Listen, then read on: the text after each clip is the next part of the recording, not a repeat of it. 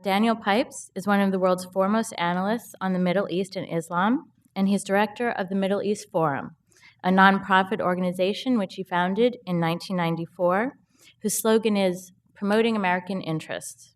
His influences on the public debate have been widely acknowledged. Citing from several sources, Wall Street Journal says, Pipes is an authoritative commentator on the Middle East. The CBS Sunday Morning says he was years ahead of the curve in identifying the threat of radical Islam. And, citing the Boston Globe, if Pipes's admonitions had been heeded, there might never have been a 9/11.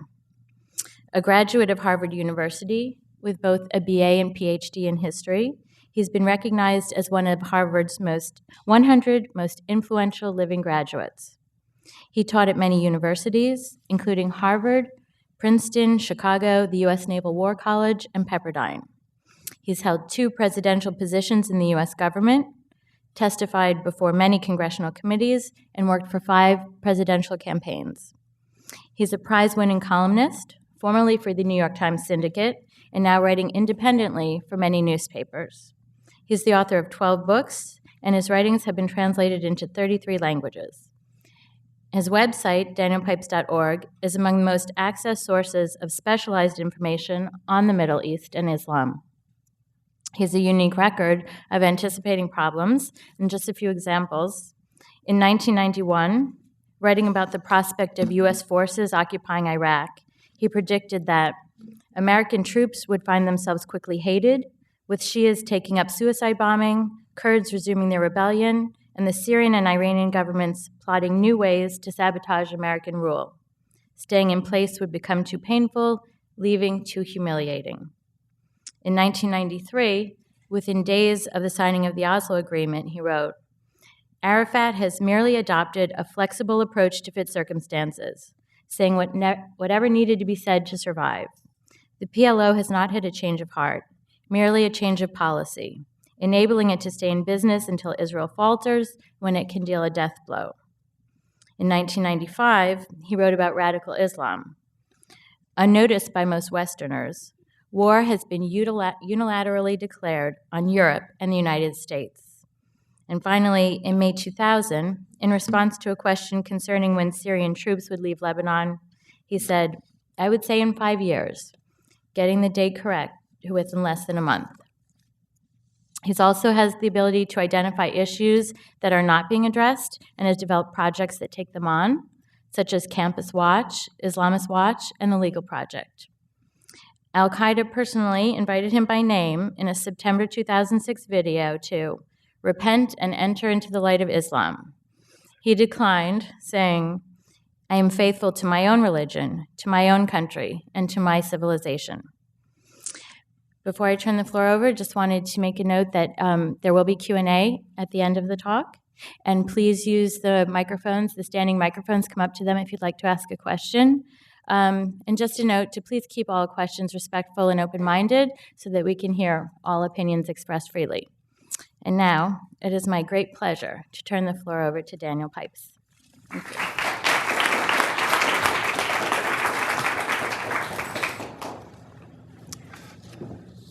Thank you, Amy, and good afternoon, ladies and gentlemen.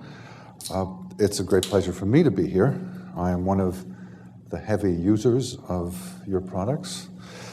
The web information, the news information, Scholar, maps, books, and images. All of them are 10, 20, 30, 40 times a day.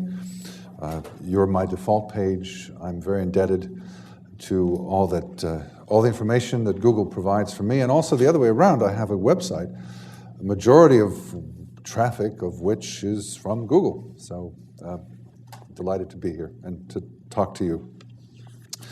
I am a fairly cheerful person, but I work on the Middle East, and so I have little cheer to bring to you. There are lots of bad news going from east to west. There's Pakistan, and there's Afghanistan, and there's Iran, and there's Iraq, and there's Syria, and there's Lebanon, and on and on and on. Perhaps one piece of good news is that there's been a drop in the price of oil, which constrains many of our opponents and makes life a little easier for us. But I'm going to focus on one problem in particular that of the Arab-Israeli theater.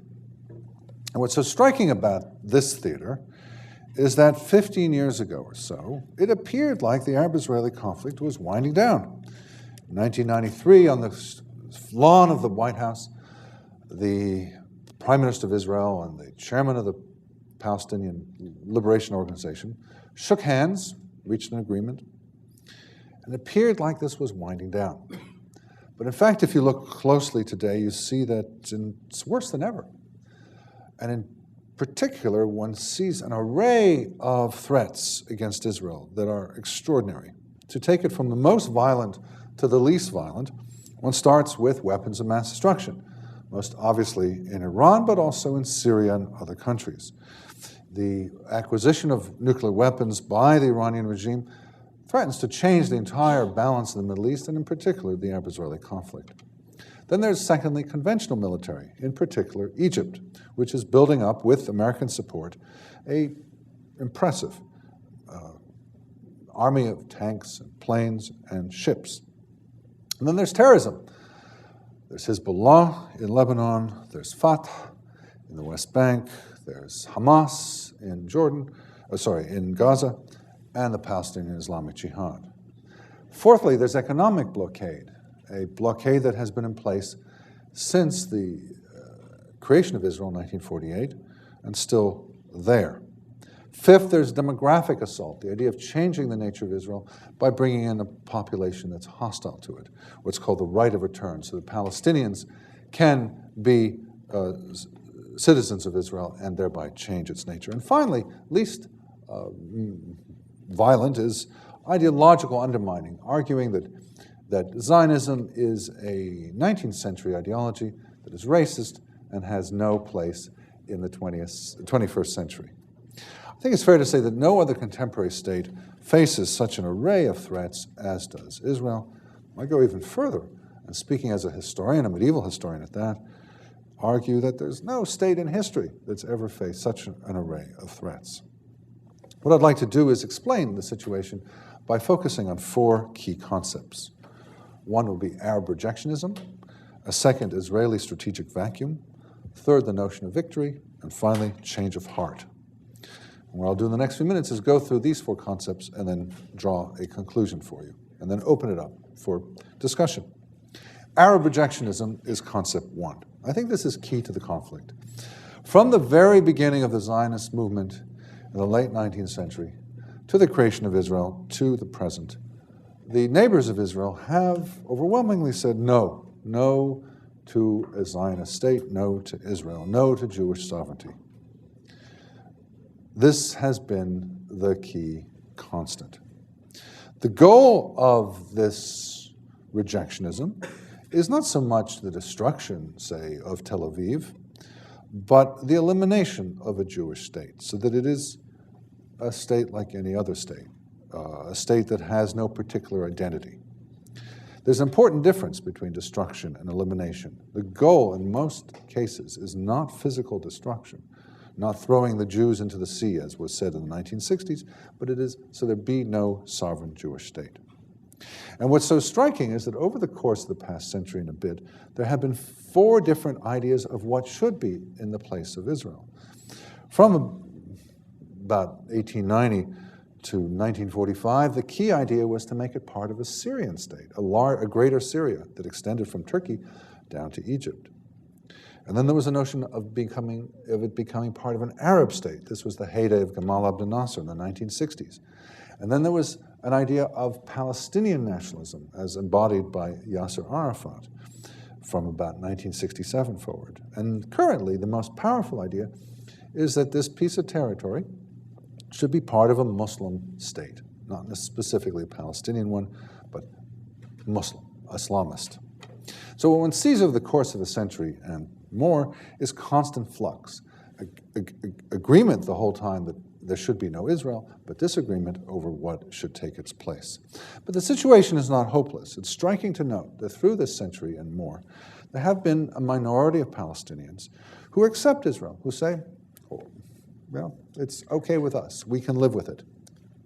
And while the number of Palestinians who've accepted Israel has never been more than about a fifth, they've had an important role. In pre-state times, before 1948, they provided labor to Israel, they engaged in commerce, they sold land, they sold arms, they handed over state assets, they provided intelligence about enemy forces, they spread rumors and dissension, they convinced fellow Palestinians to surrender, they fought the Zionist enemies, and they even operated behind enemy lines. So great was the cumulative assistance, one wonders if the State of Israel would even have come into being without their contribution. Today, they don't have such an important role, but they still remain, for example, very crucial in intelligence. One reason why terrorism has so much declined is that there has been active help from many Palestinians.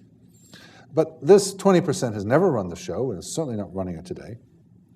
They're, however, very important because they suggest beyond their specific contributions to Zionism or Israel, they show that it's possible for Arab, Palestinian, Muslims to accept Israel. They don't have to be against it. There is an abiding minority that says, okay, we can live with this.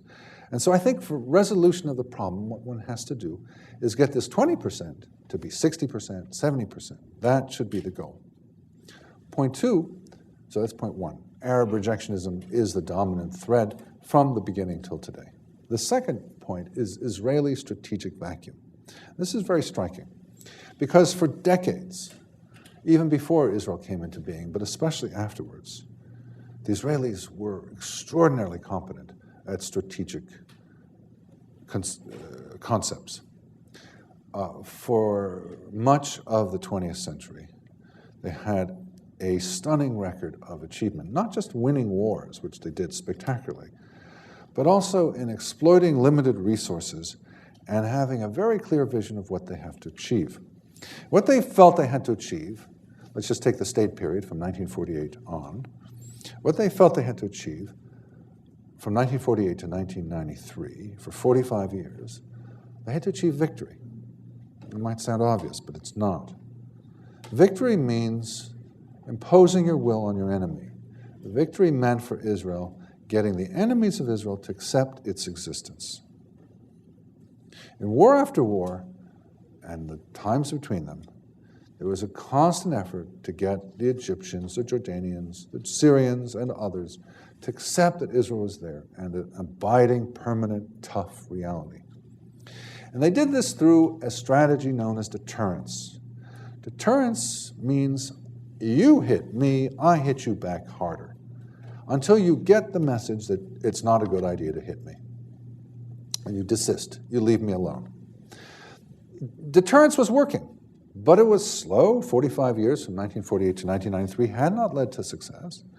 It was expensive. It required a huge standing army and even larger reserve army. It was slow, 45 years and still counting. And it was boring. It was passive. You couldn't actually make the decisions yourself. You had to wait for your opponents in Egypt, Jordan, Syria, and beyond to change their minds. And so by 1993, the Israelis were fed up with this slow, boring, passive process of deterrence and the hopes of victory and decided to try something else. And that was what was inaugurated on the White House lawn in 1993. No longer was victory the goal, it became resolution of the problem. And no longer was deterrence the strategic method, rather it was negotiations, painful concessions. It was a policy known as appeasement, giving your enemy something he wants so he'll leave you alone. And from 1993 till 2000, the Israelis followed appeasement. Look, we'll give you this land, we'll give you recognition, we'll give you money, we'll let you get arms, we'll train you, we'll help you, and in return, leave us alone. It didn't work. The Palestinians were supposed to, in this vision, say, you know what, Israel's treating us pretty decently. We should, in fact, leave it alone. But it didn't happen. What happened instead was the Palestinians saw an Israel that was faltering, that no longer had the determination, or at least they perceived it, no longer had the determination that it had in the earlier period of deterrence. And Palestinians, instead of warming to Israel and becoming more accepting of it, quite the reverse, became more resolute, more determined, more inflamed, more ambitious to eliminate Israel. And if the symbol of 1993 was a shaking of hands on the White House lawn between Yitzhak Rabin and Yasser Arafat, a symbol of what diplomacy could achieve, the symbol 7 years later at the end of this process were the bloodied hands of a young Palestinian who just lynched 2 Israeli reservists who took a wrong turn. In other words, everything went worse. So deterrence was too slow. Appeasement failed. And since 2000, the major effort has been unilateral withdrawal. First, there was unilateral withdrawal from Lebanon in 2000, and then there was unilateral withdrawal from Gaza in 2005. The Prime Minister of Israel, Ehud Olmert, had plans for unilateral withdrawal from the West Bank. Didn't happen. And what we find today is an Israel without strategic vision. That might change. There's a new government. The Netanyahu government has been in place for 3 months. But the history of Israel in the past years has been one of strategic vacuum, dealing with problems on a day-to-day basis, but not having a larger purpose, as had been the case under deterrence, as had been the case under appeasement. My third concept is victory. I mentioned this in passing. Back in 1993, the Prime Minister of Israel was Yitzhak Rabin, and his single sentence that encapsulated his efforts at diplomacy was the following: you make peace with enemies, not with friends. In other words, if you're going to try and resolve the problem, you have to deal with an Arafat, not someone you get along with. I think he's wrong. I think you don't make peace with enemies. You make peace with former enemies. Your enemy has to no longer be an enemy. At that point, you can make peace with them. There's a huge difference between the two. My understanding of the Arab-Israeli conflict is that there's a war underway. A war that's been in place since actually 1911, when the first violence occurred, almost exactly a century. And a war ends, if one looks at the historical record, a war ends when one side gives up. It continues so long as both sides have the will to go on. Closure requires one side to forgo its goals and say, well, we tried, we did our best, but we can't succeed. It's over. There are many historical examples of this. Defeat and victory are required to end solutions. I'll give you one example. World War I ended when the Germans gave up, but they gave up with their military intact and their cities standing. And many Germans came to the conclusion they hadn't really lost. They wanted to try it again, and they did try it again. And the next time around, in World War II, the Allies made sure that the Germans understood that they had lost. Their military was disbanded and defeated, and their cities were destroyed. There was no doubt in German mind of 1945 that they had lost, something they didn't understand in 1918. They hadn't really accepted the idea of defeat. Accepting the idea of defeat is critical to ending conflicts. It is often said these days that war never solved anything, but war does solve things. Ended slavery, ended Nazism, and the like. In other words, what I'm getting at is that there is a zero-sum situation here, in that either the Israelis win and the enemies of Israel accept it, or the enemies of Israel win and there is no more Israel. Either there is a Jewish state or there's not. Now, what its boundaries might be, what its armaments might be, what its control of natural resources might be, and the like, are all open to debate and negotiation. But the very idea of a Zionist entity, as the Arabs put it, is one that is in play. Should there be one? Should there not be one? And that's zero-sum. It's raw, it's crude, and it's unchanging. It's the same issue that existed 60 years ago. The war goals of the enemies of Israel, called the Arabs, is to eliminate Israel. The war goals of Israel is to win acceptance. Now, this will only happen if the Arabs give up their dream of eliminating Israel. Each of us faces a choice. Which side do we want to win?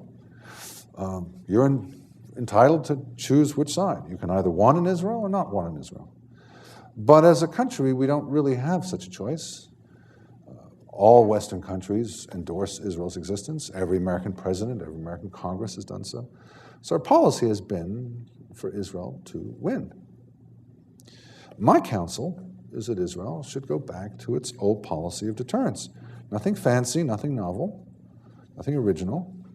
But this implies that the Israeli goal, and our goal in helping them, is to help the Palestinians have a change of heart. No longer seek to eliminate Israel, but to seek other goals. And this is my fourth and last concept, change of heart. There are two different ways of approaching the Palestinians. The prevailing one is to say that the Palestinians did accept Israel in 1993, but there are all sorts of problems. There are grievances such as occupation and poverty and humiliation, or alternatively that the United States government made mistakes in negotiations or the Israelis made mistakes. Mine is quite the reverse, as you can see.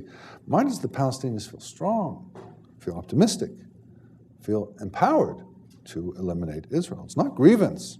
It's a sense of potential. The prevailing view, that of all governments, be it, say, George W. Bush's or Barack Obama's, is that Israel needs to satisfy Palestinians. Israel needs to make concessions to Palestinians, to give them more land, more control of territory, more money, more arms, more recognition. My emphasis is quite the opposite, that the Palestinians must accept Israel. I'm not looking for Israel to make concessions. I'm looking for something fundamental to change on the Palestinian side. Prevailing view says that Israel must give. My view is that Israel must win.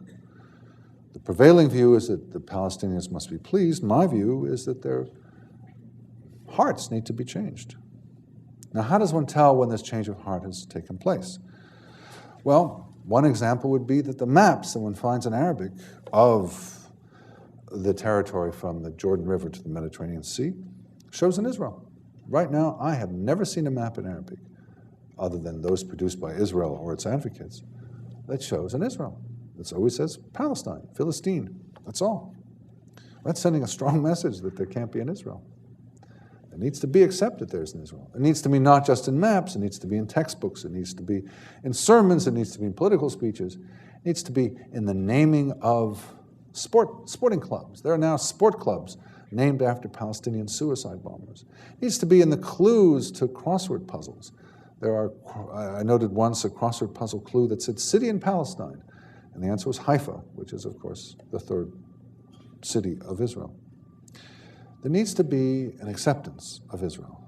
And so I draw the conclusion, a very simple one, that whatever induces the Palestinians to accept Israel is a positive step. Whatever encourages them to sustain their dream of eliminating Israel is a negative step. And I look at developments in the region through that prism. I also see Palestinians as the key. Once the Palestinians, who are a rather small population, accept Israel, then Arabs and Muslims and others around the world will eventually follow. They are the key. My recommendations for Israel and the United States follow from this. I don't think there should be aid, there shouldn't be arms, and there shouldn't be recognition for the Palestinians until they have this change of heart, until they accept that Israel's there. There should be no discussion of final status issues. There should be no more pieces of paper. These signatures on pieces of paper were thought to move history. You get an Anwar Sadat to sign a piece of paper, or King Hussein to sign a piece of paper, and then Egypt or Jordan are at peace with Israel. Well, now we know better. We know that the president or the king might sign the piece of paper. It doesn't mean the population follows behind him. Piece of paper and memorialize solutions. They cannot change. They cannot create a change on the ground. I don't believe the Israelis should make concessions. These serve no purpose. It's Israel's burden to be tough. Yes, something like the Oslo Accords of 1993, but only when the Palestinians have accepted the reality of Israel. Until then, the West should, and the United States in particular, encourage Israel to win, not just defend itself, but to engage in deterrence, to convince the enemies of Israel they can't win, that the gig is up, they've lost, Israel's there, it's a thriving, modern, democratic state, and they have to come around to acknowledge that. How to do this is not something I have the time or inclination to get into. I think the better goal is to focus on what the policy should be. The policy should be helping Israel to achieve it. But a couple of thoughts come to mind. One is that we could recognize Jerusalem as the capital of Israel. Another, we could deal with the so-called Palestinian refugees, a very, very difficult and unheeded problem most of the time. I think there are real constructive steps that our government can take to help solve this problem, and it's not by bringing the Arabs and the Israelis again for more negotiations. It is by getting the Palestinians to accept Israel. So in conclusion, the present situation is tragic in that everyone loses. The Israelis see their people murdered, are facing nuclear weapons, boycotting, and all sorts of other problems. It's the only Western country that is forced on a daily basis to assert its existence through military force. The Palestinians, ironically, suffer even more. What I mentioned before about roadblocks and fences and so forth, it's an unpleasant existence, but it goes beyond that. The economy has gone from bad to worse. The institutions have atrophied. A skilled and dignified people have been obstructed from modernizing. They have had dictatorship, poverty, and backwardness. These are the wretched results of this single-minded focus on eliminating the neighbor. Only when giving up that single-minded focus can the Palestinians build their own polity, society, economy, and culture. First, they have to give up the goal of eliminating Israel, and then they can build their own, build something worthy and build something good, of which I have no doubt they could do. But that won't happen so long as that dream exists, that foul dream exists, to eliminate Israel. So to sum up, the Arabs must first get rid of their rejectionism and accept Israel.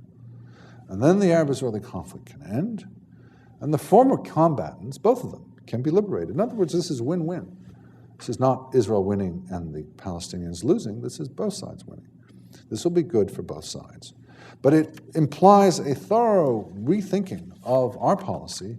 It implies a recognition that the 1993 acceptance of Israel by Yasser Arafat, begrudging, temporary, and perhaps false, is not important. What is important is this Arab rejectionism, which remains, whether it's Mahmoud Abbas of the Palestinian Authority, or Ismail Haniyeh of Hamas, or Mahmoud Ahmadinejad of Iran, or many, many other leaders, thinkers, religious figures who are in fundamental disagreement with the existence of Israel. That needs to be confronted. That needs to be dealt with. And that's what our government is generally not doing. And therefore, I'm pessimistic that from what we know, there's expected to be a new plan announced in Cairo in just a week. I'm very pessimistic. In fact, I can go further than that and say I'm sure it will fail. Just as President Bush's plan in Annapolis in November 2007, I was absolutely sure it was failed. Said so would fail. Said so at the time, and it did fail. So will this, because it's on the wrong track. It assumes that Arab rejectionism is a thing of the past, and now we're dealing with modalities of borders and armaments and resources and living patterns. No, it's far more fundamental. It's not over the nature of Israel. It's over whether Israel should exist or not. And that's something that is difficult for governments to deal with, difficult for us to conjure with, but that is the reality. Any inquiry into the kind of information discourse that exists in Arabic will let you know that. Two important sources of information would be MEMRI, the Middle East Media Research Institute, I think, which provides information on this and many other topics, or Palestinian Media Watch, which provides specifically information on the Palestinians, gives you reams of information, all of it about the denial of a Jewish state in Israel. And that is something that we think about the issue, and we formulate policy towards the issue, must take into account. It's not a secondary fact, it is the primary fact. First have to deal with that, and then we can come up with solutions to the problem. So I thank you for your time and your interest. I look forward to your questions and your thoughts.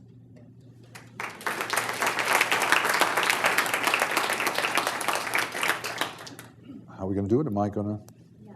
So if you have a question, you can come up to the microphone just because we have some other locations.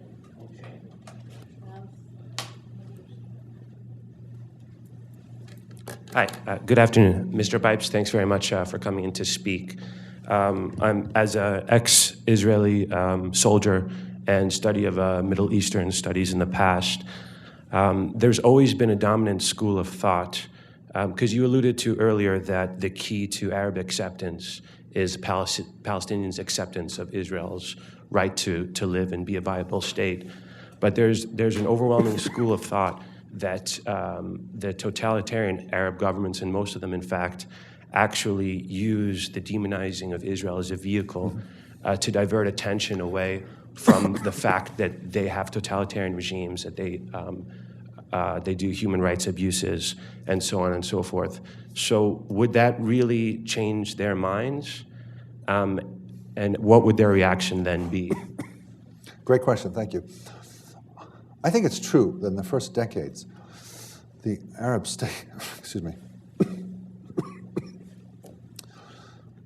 the Arab states did, as you just defined, did use Israel as a convenient external enemy, got the masses focused on Israel and not paying attention to other issues, use it as a vehicle to control the population. We are in crisis, we're in emergency mode because of Israel. We can impose martial law and other such useful steps from the government's point of view. I don't think that's the case anymore, however. I think there's plenty of evidence to suggest that governments are now scared of this conflict, and governments would like to take care of it. I mentioned the Egyptian and Jordanian treaties with Israel. So two governments decided enough. This is extremely painful for them. They lost war after war. They lost many economic opportunities. They worried about the vehemence of their populations. And indeed, one finds in those two countries in particular that after those peace treaties were signed in 1979 and 1994, respectively, the populations of Egypt and Jordan became far more anti-Zionist than they had been before. In other words, it was as though the populations had handed their proxy to the governments. Here, you take care of Israel for us. And the governments then failed them and signed these peace treaties. And what one saw was a surge of anti-Israel sentiment. And in country after country, when there are hostilities in particular, when there's war taking place, one finds agitation among the population that the government is trying to tamp down. So yes, early on that was the case, no longer. Governments are scared of this. Even the Palestinian leadership, in the person of Arafat, tried to deal with this in a way that was highly unpopular. If you go back to September 1993, which is a key date, I keep going back to that, you see the reaction among Palestinians is very negative. So I think at this point it's grassroots, it's popular. It's not the elites that are interested in or benefiting from this. It is, by now, a deeply felt, hostile emotion, world outlook. And it goes so far as to inspire acts which are very are very harmful to oneself. The most dramatic would be suicide bombing. But there are many other cases of economic deprivation in order to go after Israel. And so that's why I conclude that will only be dealt with if Palestinians in particular, and more broadly Arabs and Muslims, come to the conclusion that Israel is permanent. Only that will solve it, not getting another piece of land or getting Jerusalem as a capital or getting membership in the United Nations. These are not the steps that will conclude the conflict. Thank you. Hi, Daniel. Thanks for coming. I was just curious as to what your thoughts would be about a single state solution to the problem with a democratic process and one person, one vote kind of government? Thank you. Questions about single-state solution. As you probably know, the current focus, particularly of the US government, is on a two-state solution. Again, this goes back to 1993. The idea that there should be an Israel and a Palestine side by side. First formally made into American policy by George Bush in 2002. Goal is an Israel and a Palestine living in peace side by side. That has become doctrine. That has become the prevailing view. But as time goes on, there's reason to doubt that that will work. First of all, there is no single Palestinian polity. There are now two, very hostile.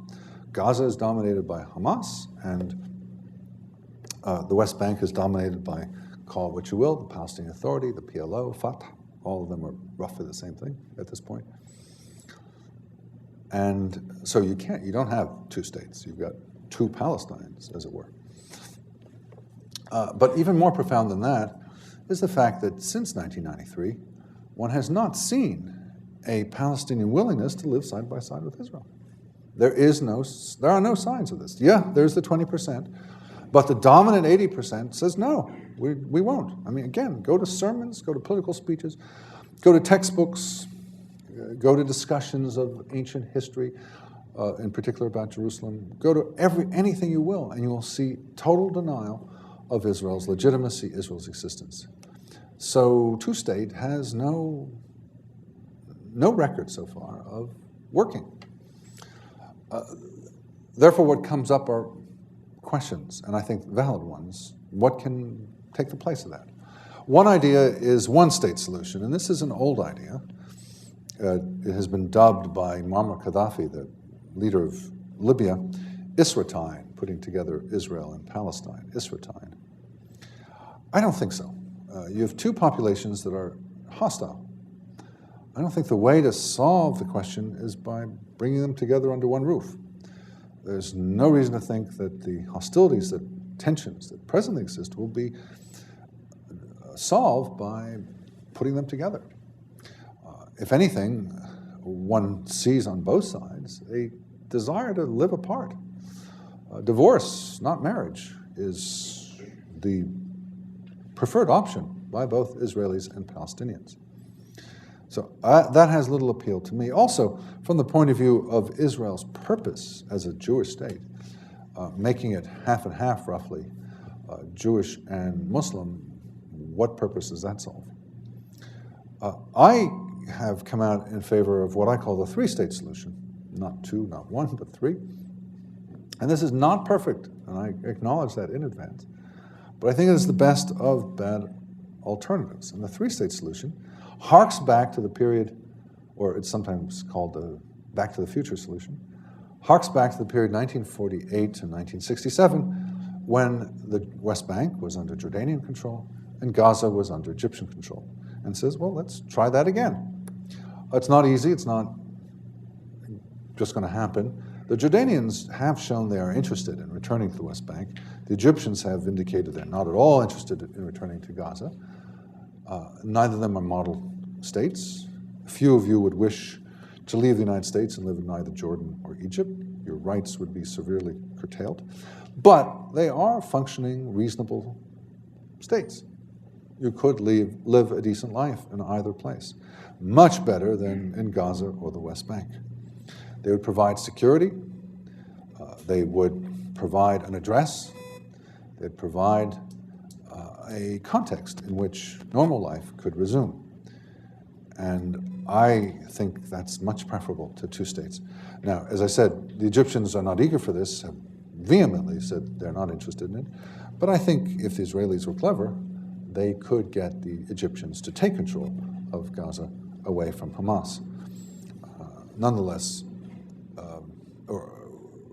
it's I think a reasonable goal, at least an interim goal. Perhaps someday there'll be a Palestine that is coherent, that is reasonable, that is accepts Israel. I don't say that's impossible. I do say it's not feasible anytime soon, and therefore, as at least an interim step, if not a permanent step, it'd be a good idea to bring in two governments that are responsible, that are decent, and give them a direct role in this conflict? I have a question about deterrence, a specific one.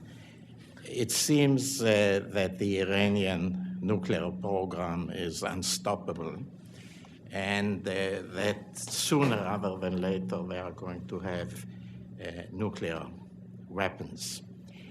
Now, do you think that in that situation, a balance of power of mutual deterrence between Israel and Iran would be viable the way it was between the United States and the Soviet Union?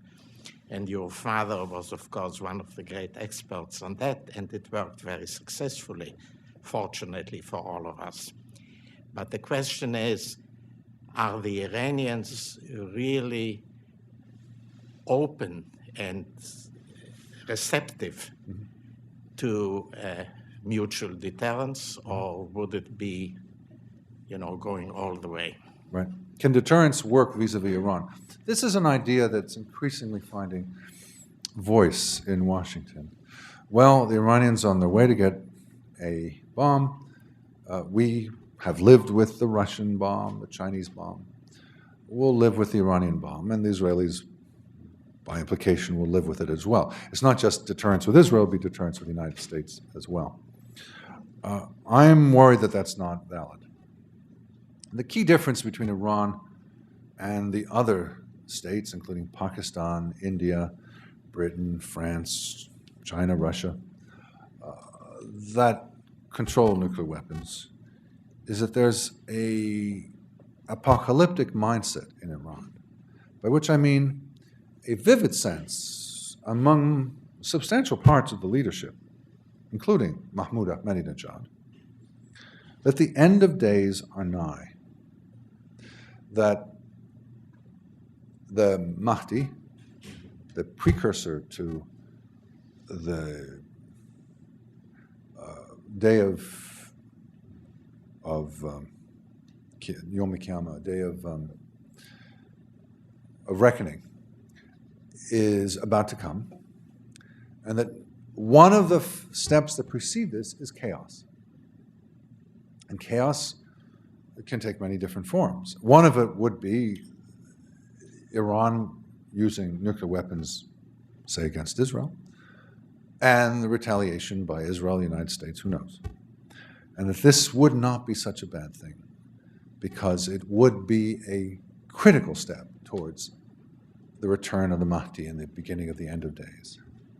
This is a mindset that did not exist with Stalin, did not exist with Mao, who did not have such religious beliefs, does not exist in Pakistan today, the only majority Muslim country with atomic weaponry.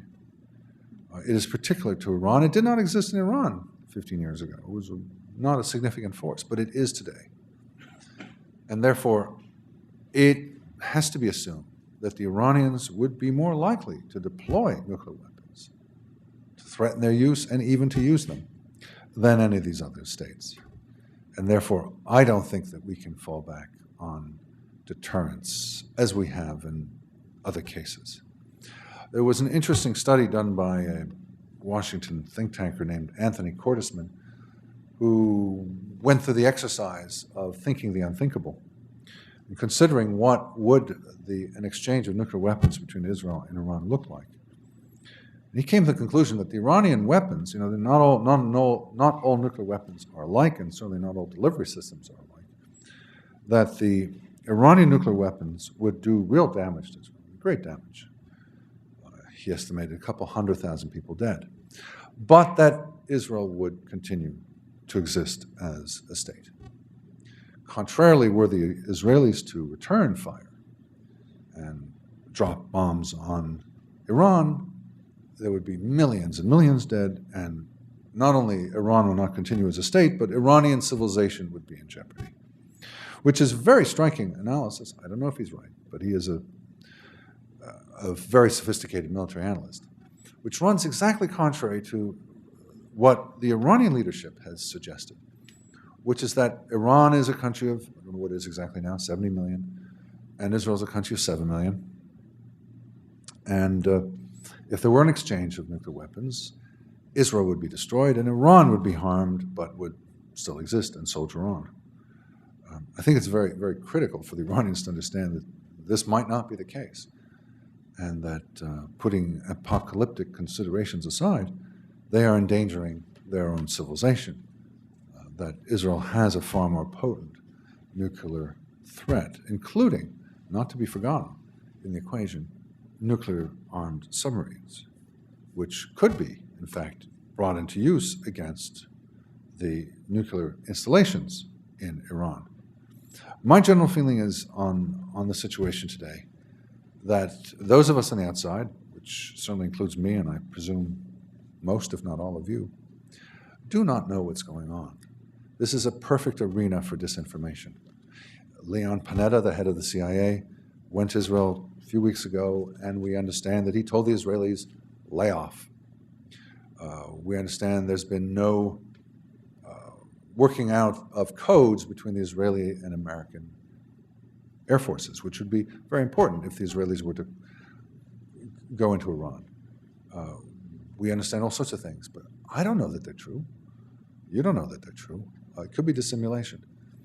There could be all sorts of things happening behind the scenes. So I know that there's a great danger. I know that the Middle East will be transformed, not just the Arab-Israeli conflict, but oil, radical Islam, balance of power will be fundamentally changed if the Iranians get the bomb.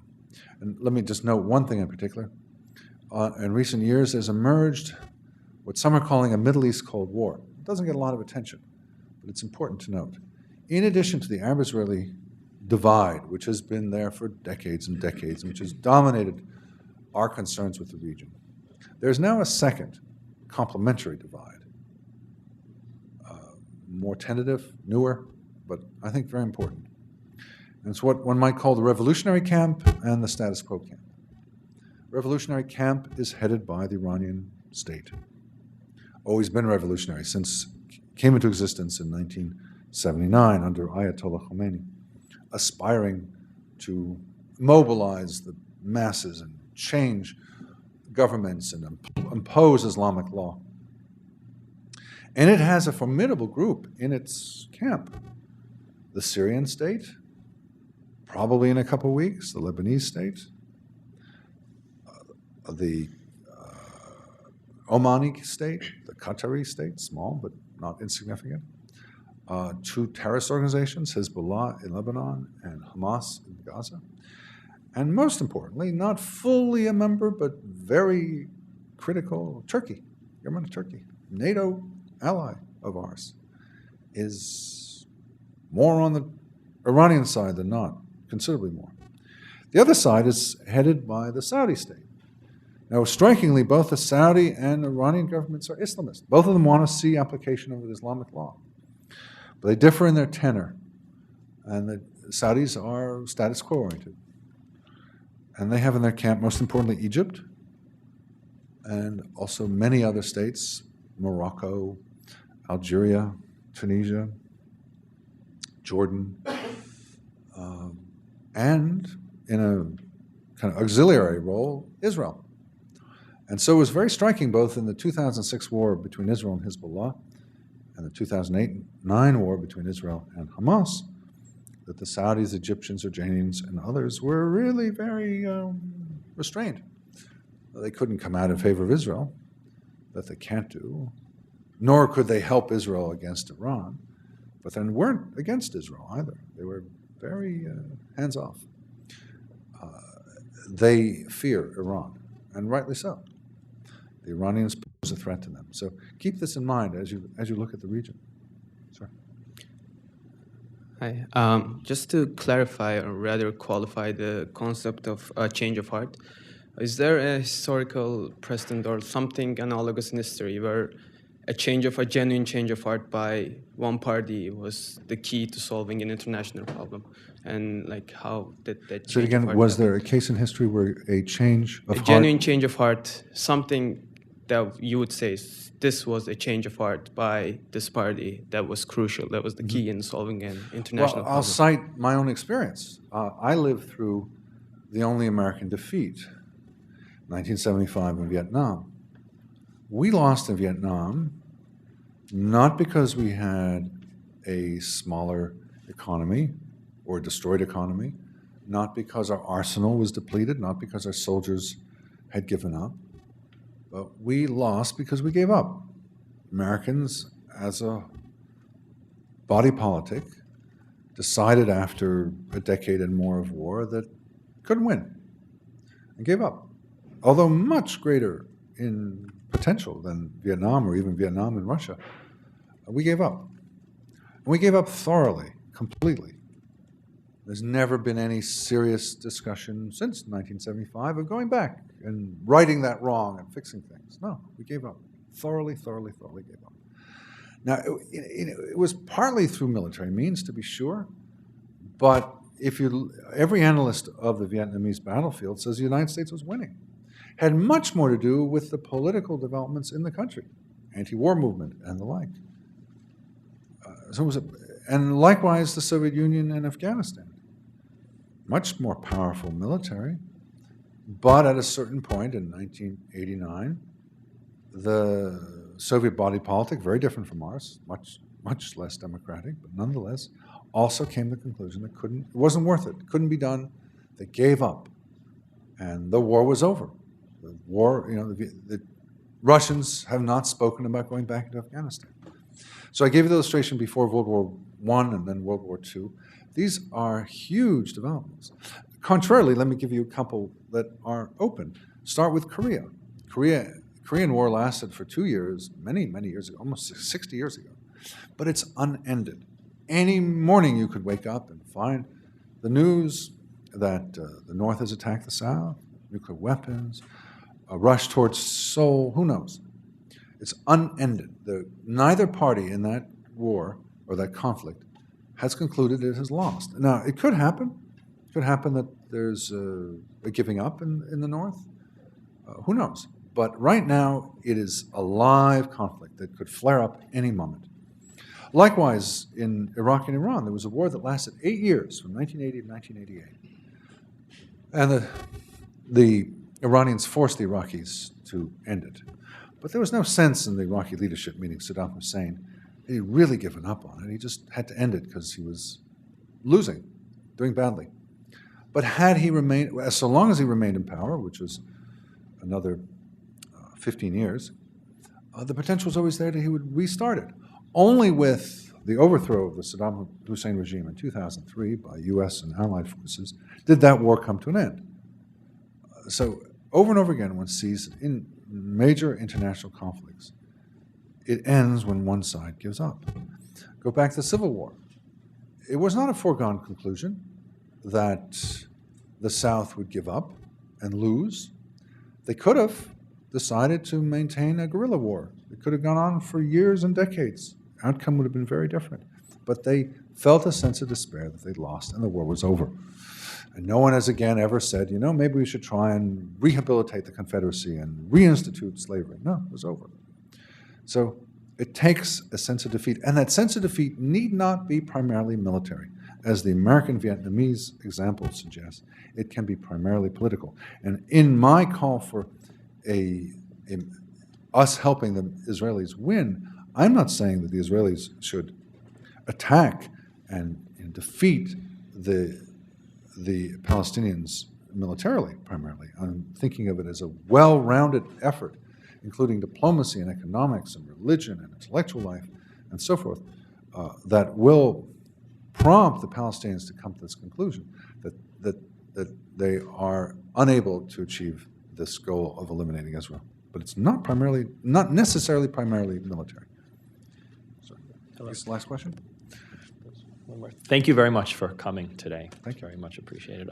You were alluding this before about Iran, and I just wanted to take it one step further, the Sunni and Shiite split, and it seems to be getting greater and greater. Do you think there's any potential for an alliance of the Sunni world and the West to contain Iran, contain the spread of Shia, and leveraging that to help Israel by cutting off the funds of Hamas and Hezbollah? Is this a realistic global way that everyone could be in partnership? Or earlier in the talk, you alluded saying there's Hamas and Fatah, which is just almost as bad. Is this saying that, Sunnis, hate Israel just a little bit more than they hate the Shia world, so it's not really practical at the end of the day? Thank you. A couple of points. One is that the Sunni-Shiite divide practically did not exist when I entered this field 40 years ago. It just wasn't. It was an afterthought. It's become far more vivid, far more important in ensuing decades, especially in 1979 with the Islamic Revolution in Iran. And it is a very important divide today. And Sunnis are among themselves debating whether to recognize Shiites as proper Muslims or not, which is quite a debate. And yet, if you look at the countries I've listed and the organizations, Turkey is overwhelmingly Sunni country, and Hezbollah in Lebanon is a Shiite organization, whereas Hamas is a completely Sunni organization. So what one sees here is that while the Sunni-Shiite division has grown considerably in importance, what is even more important is whether you're revolutionary or status quo. And if you're revolutionary, if you're willing to engage in what they call muqawama, or resistance, then you're happily going to be funded by the Iranians and you will take their aid. And the fact that you have these religious differences will be secondary to your political goals. So I do not see the prospect of a Sunni versus Shiite alliance. There isn't a Sunni alliance versus Israel, really. And so if there can't be one against Israel, it's very hard to imagine one against Iran. And in fact, Israel is, as I said, an auxiliary to one of these two sides. So the Middle East is swirling with antipathies and hostilities. I think it's one of the messages I'd like to get across is that the Arab-Israeli hostilities are not the only ones. There are plenty of others as well. So as I started by saying, I'm generally a cheerful person, but I'm a Middle East specialist and there's not much cheer coming out of my region, I'm sorry to report. But thank you for your interest and thank you for all the work you do, which is certainly very important to me. I might conclude by noting that I have a website, danielpipes.org, and I send out my mailings, and I think I have a sign-up sheet if you'd like to receive my mailings. And thank you, Amy, for organizing.